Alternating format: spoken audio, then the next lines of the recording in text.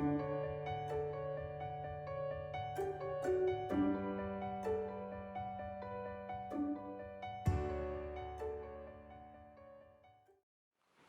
name is Dr. Amadi Ahiamadu, a staff of the Department of Religious and Cultural Studies, Faculty of Humanities, University of Port Harcourt.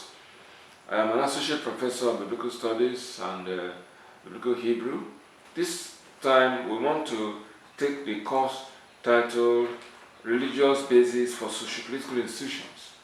Religious basis for socio-political institutions, especially in Africa.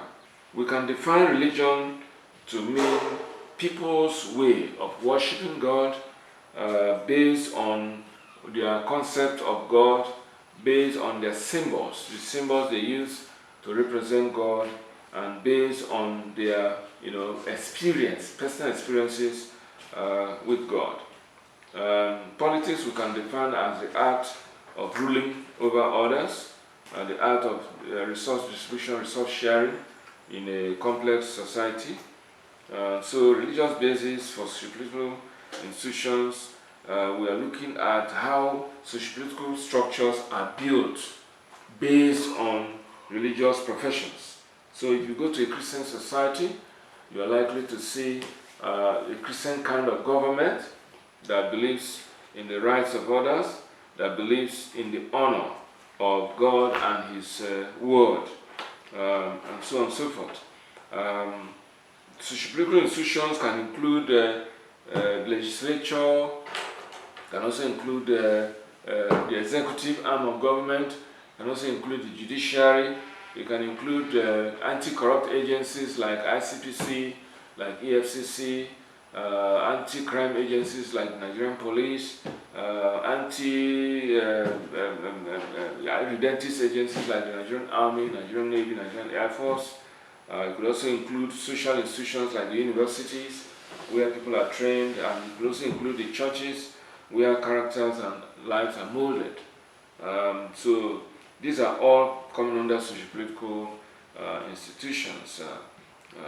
If we extend it to the continent, something like the AU, like the African Development Bank, will all be part of socio-political institutions. If we extend it globally, the United Nations and the OECD will be part of the socio-political institutions we are talking about.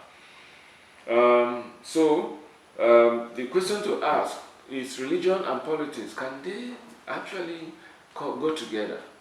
Because in Islam, it's a little bit of not a problem, because most of the leaders in Islam also are political leaders as well. So you have the Emir, who is also the chief executive in the Emirate. You have the clan heads, who are also chief judges of their clans. But in Christianity, it's slightly difficult, because the church is trained to be not of the world, to be in the world, but not of the world. And the question to ask, therefore, from the Christian perspective, can religion and politics intermarry? Can there be a relationship between them? Or are they strange bedfellows?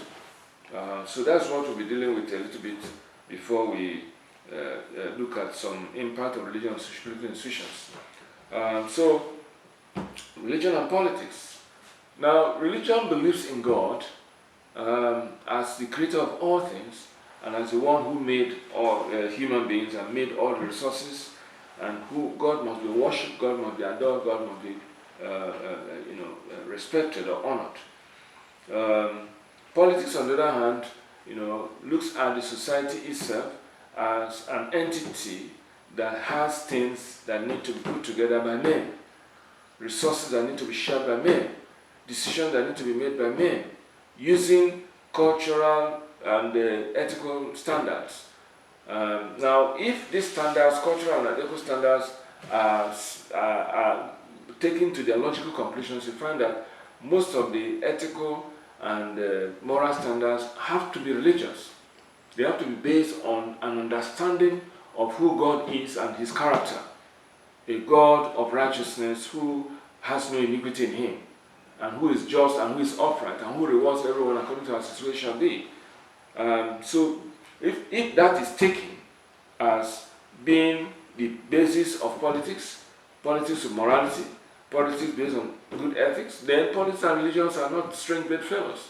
In other words, politics is built on very strong religious sentiments, and that is good politics.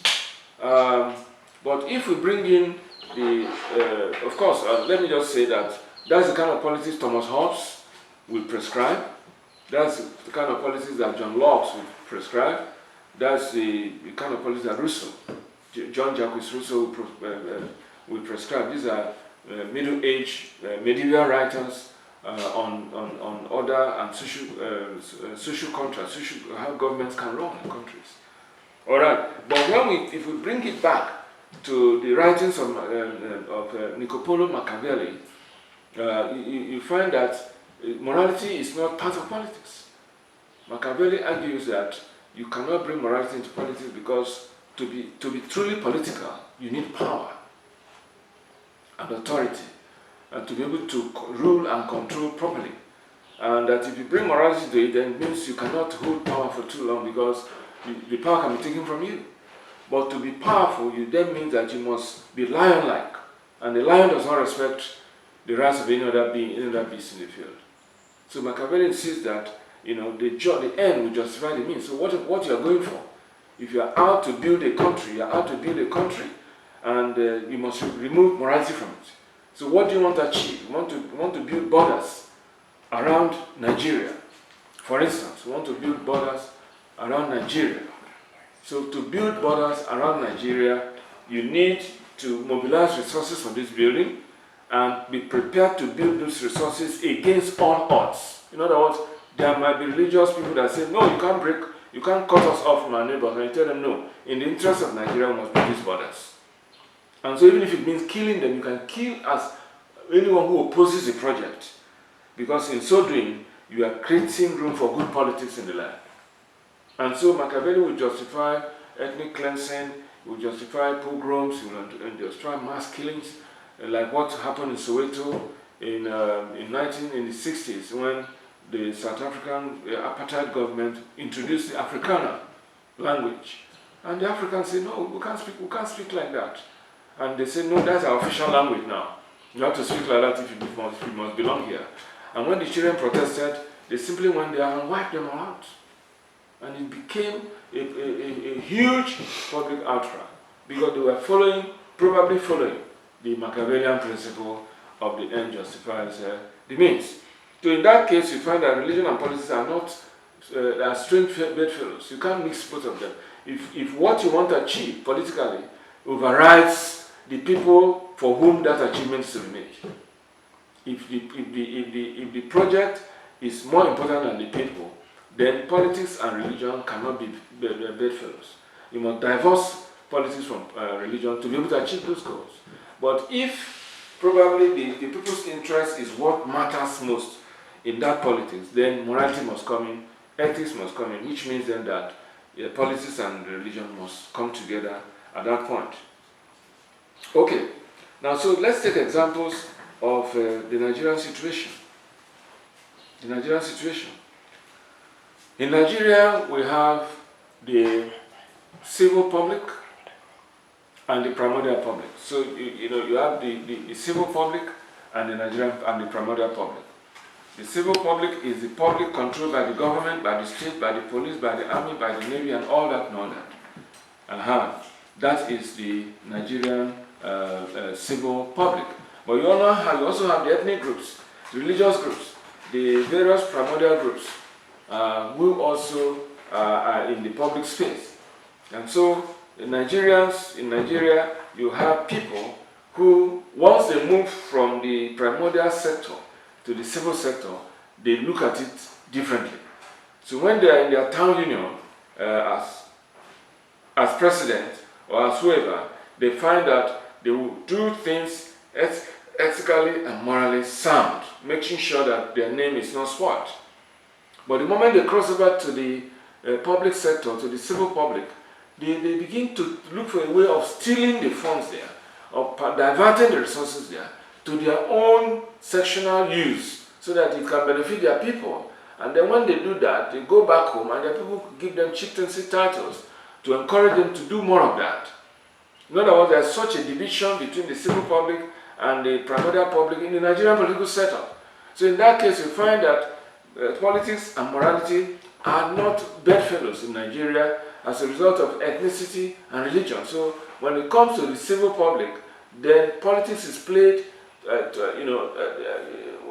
end justifies the means, the Machiavellian principle. But when it comes to the primordial public, politics is played using morality and ethics. We don't do wrong at home, because if they know that we are wrong, then we're in trouble. But we can do wrong in Lagos and run back home, can do wrong in Abuja and go back home and get a chieftaincy title.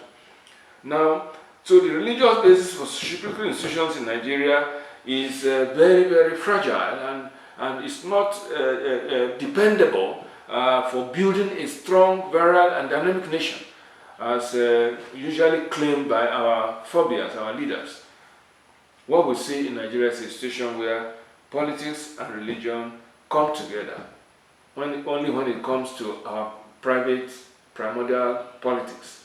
But once it comes to national and civil politics, we find that politics is diverse from religion, and we can steal there, we can kill there, and violate our religious beliefs to achieve our political goals and political ends. And then we are justified for doing that. So, it is interesting to note the Nigerian situation. It's also interesting to look at the other situations around us. The various groups, EFCC, ICPC, Nigerian Police, Nigerian Army, they are all guided by this partition between the primordial and the civil. And people just behave differently when they move from the civil to the primordial, and also differently when they move from primordial to the civil. And that shouldn't be. So if we must have the correct politics in Nigeria, what do we need? Or even in Africa as a whole, what we need is that wall of partition must be broken down, and we must see service to government, service to the state as being on the same level as service to our ethnic communities. So that if we offend at the state level, we are also offended at our ethnic community level. If we offend at our ethnic community level, we are also offended at the state. There is no way of running away from one place to the other and hiding and getting chieftaincy titles just because we want to be seen as having served our people at the expense of the general public.